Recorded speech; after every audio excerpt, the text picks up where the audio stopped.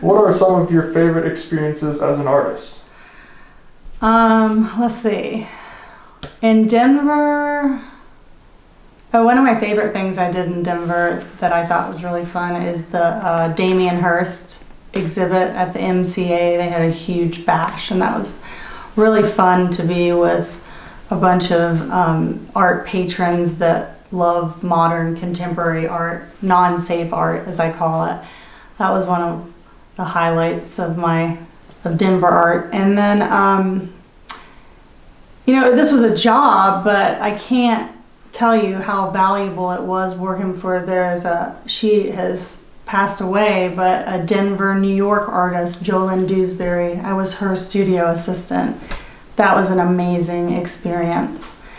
And meeting Christo, when Christo came to Denver. Oh, recently I reached out to an artist that I learned about her work in California, Chamomile Hickson, and she goes by Molly, but she was in Aspen for the Aspen Ideas Festival, and I was there dropping off paintings. And I noticed she was there, so I sent her a note via Instagram, and she answered back, and we ended up hanging out for a cocktail, and then we've helped each other with our art recently. So it's a nice friendship that just emerged. Can you walk us through your process? Do you begin with a sketch or do you just jump in?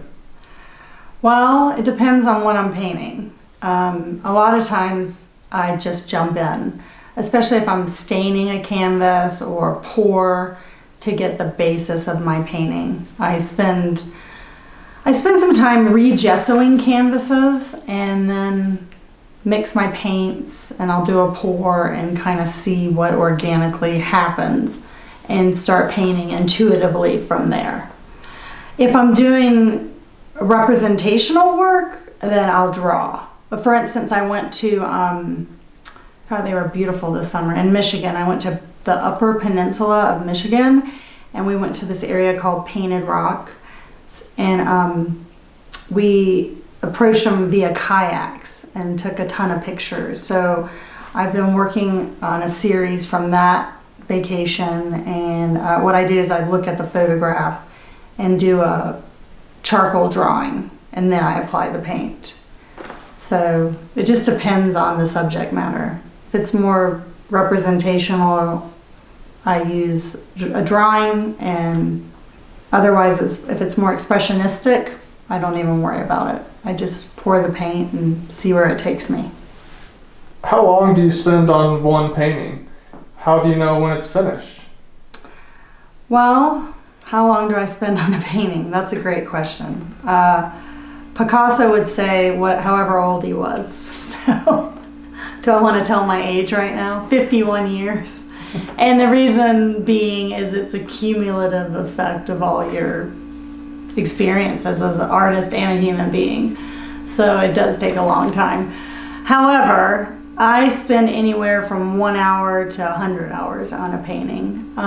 If I'm in the studio painting consistently, like I should be, I could just crank out art. I think one of my weaknesses is starting and stopping. And if I'm out of the studio for a week or two, I really struggle. If I'm in the studio for 30 days, I can paint quickly, more confidently. Even my mark making is better. So it's just a hard question to answer. Yeah, so from 1 to 100 hours or 51 years. And then I guess how do you know when it's finished? Oh, that's a great question. Yeah. So how do I know when a painting's finished? There is a great communication between the artist and the painting. The painting, and the more I do it, I think I've been painting professionally for 20 years now, it gets easier and easier. So there's a dialogue I have with the painting, and the painting kind of helps me, lets me know what I need to do.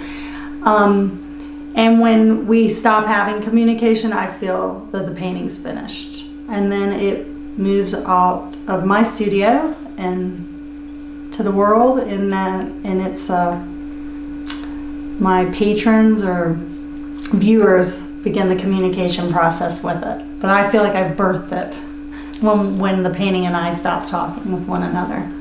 If you couldn't be an artist, what would you do? Well, I'm gonna make myself vulnerable here. I wanted to be a soap opera actress when I was little, but I never took any drama in school or pursued acting whatsoever. So that's kind of off the table now. I love to coordinate and organize, and I did do architecture and design for a good 12 years. So probably general contractor, doing something with architecture and design, interiors, running projects, which may lead me to public art one day. It's on my list, and now that all my kids are gone, maybe I'll get into the world of public art, because there's a tremendous amount of coordination that goes, collaboration, organization with doing a public art project.